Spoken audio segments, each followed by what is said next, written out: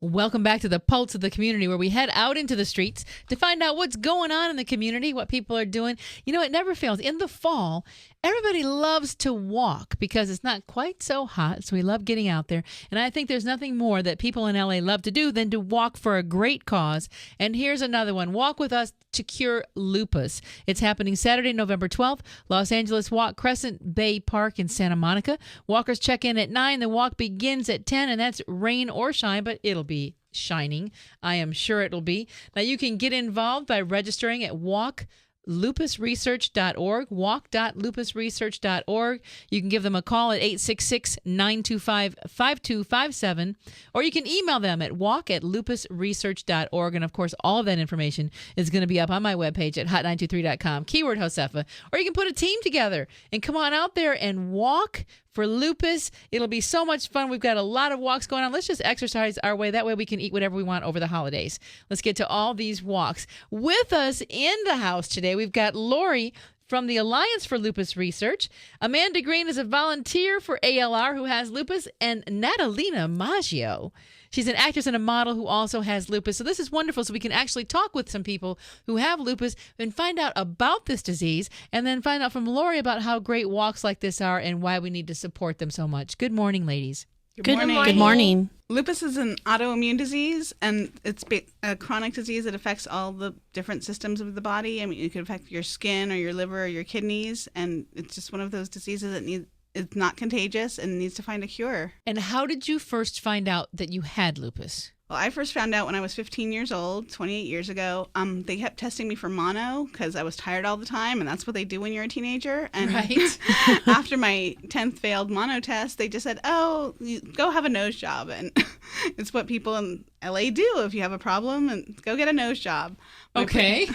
My preoperative blood work came back, and it was an elective surgery, and the doctor refused to do the surgery, said I could bleed out on the table, and it was the PTT test that came back a little askew, as they said. And 6 months later, after many tests, and it's just really a heart disease to diagnose, they said, oh, guess what? You have lupus. And I said, what's lupus? Oh, so you said, what's lupus? And at that point, that's when you found out what lupus was. Okay. Natalina, tell me, how did you find out that you had lupus? Lupus is actually really genetic in my family. My mother has it, my younger sister, and I actually was the last one to come down with it. I was in college. I was working full time. I was just feeling sick and not knowing what was going on. My mom, she had she was just so guilty about it that she's like, you're fine. Nothing's wrong with you. Don't go to the doctor. Everything's all right. And I kept going to the doctor on campus. They were like, oh, you're just stressed out. It's anxiety. I was like, okay, it's just anxiety, but I could tell something was really wrong with me. But I kept at it, and I finished school, and then I got out here and I was working. And how I found out is I had a full-blown heart attack. And I was just in BB, and I was shopping for a modeling job I had. And the whole room was hot. I could not even, I was like, oh my God, what's wrong with me? And the first thing she said to me, because I'm tiny, did you eat? And I was like, I ate, I'm fine. And I tried to get up and deal with it, and I ended up going to the emergency room. And at that time I was on an HMO, and so they were like, you really need to get on a PPO because you got something pretty serious going on and you need to see a rheumatologist. And I was 22 years old, and I was just starting out and everything, and I was at first very disheartened because I thought, oh, my life's over. And actually it was just beginning, because I realized I could really make a huge difference for my family. My mom was so quiet about it for years and always trying to, in her mind, everything's okay. And I really realized I could make a difference for my little sisters and other people, including myself, this kind of therapy, being involved in ALR with all these people. And I know that I can make a difference for others and show them, everything's possible. Right. Life's not over. You can beat lupus. You don't let it beat you. So let's talk about some of the symptoms. Lori, maybe you can give us some of the symptoms. Sure. A lot of the most common symptoms are really extreme fatigue and achy joints, and a lot of times they'll get a rash on their face. So those are the most common symptoms, and a lot of times they'll be misdiagnosed with rheumatoid arthritis. Okay. Now, what's the general age that this happened, and is it predominantly with women? Yes, 9 out of 10 actually are women, and it usually hits between the ages of 15 and 45 in the childbearing years.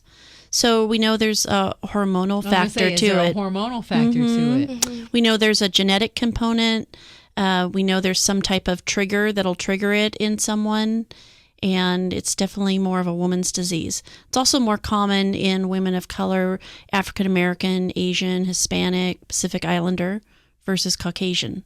Yes. You know, your joints ache, you're tired, and you just, you're working 2 jobs, raising kids and going, and you just kind of feel like that in general. So is there something specific that somebody should look for? Well, a lot of times they'll go into their doctor and they'll get some blood tests. I mean, there's no one specific test for lupus, but usually when they go in, the doctor will run a series of tests and ask a series of questions, and that'll help determine if it could, in fact, be lupus.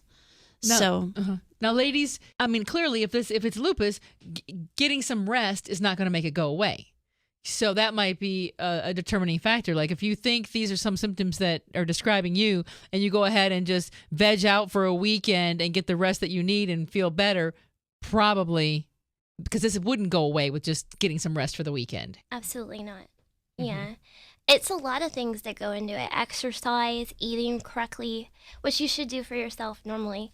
And getting rest when you feel your body. You can kind of know when you're going to have a flare, what's coming on. Your body aches. It's like severe arthritis, So you know what to expect, and I'm sure you can agree with me.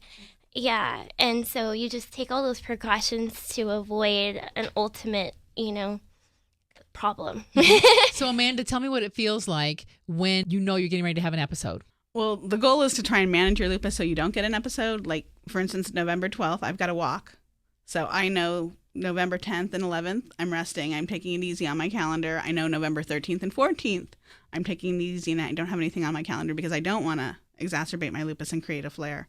It's kind of living with lupus. It's a constant life lesson. I mean, I'm learning, hey, I'm finding the balance November 12th. I'm going to ramp up by ramping down. Mm-hmm. And ramp down. Right. And it's just finding the balance, and it's like sometimes it's like life with lupus. I appreciate it because everybody should do take rest and eat well and have get good exercise. But with lupus, if I don't, I'm 50% more likely to have a heart attack than somebody my same age with whether you smoke or not. Because I have lupus, I'm 50% more likely to have a heart attack. I'm more likely to have other symptoms, and lupus is one of those things where my immune system doesn't work the way it should. So it's not trying to avoid a flare up, but it's trying to keep the wellness right and trying to find the balance. And it's never going to go away. At this time, there is no cure. That's why we're taking steps with Walk With Us to cure lupus. Mm-hmm. And one step at a time, together with the ALR, we can do it. Now, Natalina, you said your mom had lupus and she had kids. So clearly you can lead a somewhat normal life. And I mean, as long as you manage your disease properly. Exactly. You really have to manage it. And just like you should manage yourself anyways. Right. And seeing my mom do what she did and all the hardships she went through. And obviously she had us, and I really appreciate my mom. Right. Uh-huh. And I appreciate her on so many levels with what she's gone through. Uh-huh. And I have a better understanding of it now. She got really negative about it for a while. I saw the toll it took on her. And for everybody, I just say, stay positive. Even my own mom. Mom, I love you, and I hope you're listening. And that's what it's about. Your mind is so powerful. Right. It is. Yes. And if you can think you're going to be all right, you're going to be all right. And if you think you can make a difference for others, you can. It's all of us together working with ALR. We're doing that. Very good. Well, it seems like you guys are doing an incredible job there at the Alliance for Lupus Research. The walk again is Saturday, November 12th at Los Angeles Walk, Crescent Bay Park, right there in Santa Monica. Right there. Beautiful Santa Monica. Check-in is 9 a.m. The walk begins at 10. Now, is it a 3K, a 5K? What are we walking here so I can get prepared? It's a 2-mile walk, but you don't have to walk at all because some patients with lupus have trouble walking. So you can just come and enjoy the day, or you can walk 2 miles, or it's kind of a loop course. So you can take 10 steps, turn around, and come back. You can walk half a mile, turn around, and come back. Okay. You can make it as long as you want. Some people, I think, did it 2 or 3 times last year. They were just running around. They kept looping around because it was so much fun. So it's a 2-mile course, but I believe, it's just there for the day to spread awareness for that lupus awareness is fun, and the ALR is here to help. Very cool. Now, would you like to, Lori, tell us a little bit about this JetBlue airfare contest? Yes, I would. JetBlue has been one of our sponsors for the past 5 years, and they give 2 round-trip tickets anywhere that JetBlue flies. So we have those donated, and every walker that raises at least $500 by November 12th gets entered into a drawing to win those tickets. Wow, that's nice. Wow, that's some incentive there to get a team going and get some stuff raised. Again, the website is walk.lupusresearch.org, or you can call toll-free 866-925-5257. Amanda, Lori, Natalina, what a pretty name. Thank you so much for coming down this morning, and we'll see you out there on November 12th. It's going to be a fun walk. Thank Great. you. Thank you. Don't forget, all of the information is going to be up on my webpage at hot923.com, keyword Josefa. All the links to everything we talked about today. And also check out the Job Corner. We've got new job listings up there just for you in case you're looking for a job, about some job fairs coming up and more. You can also go to my YouTube channel. Yep. If you missed any of the interviews or you heard about one that you didn't hear, go to my YouTube channel. That's youtube.com/Josefa Salinas. All my interviews are right there. You can just scroll through them. Maybe you'll see something that you didn't even know aired and learn something today. I'm Josefa Salinas. Until we get together again, stay strong, stay focused, and most of all, stay informed. I'll see you next Sunday on the Community Review, Hot 92.3. Get outside and enjoy your day. Have fun with your family and friends. Be good to yourself.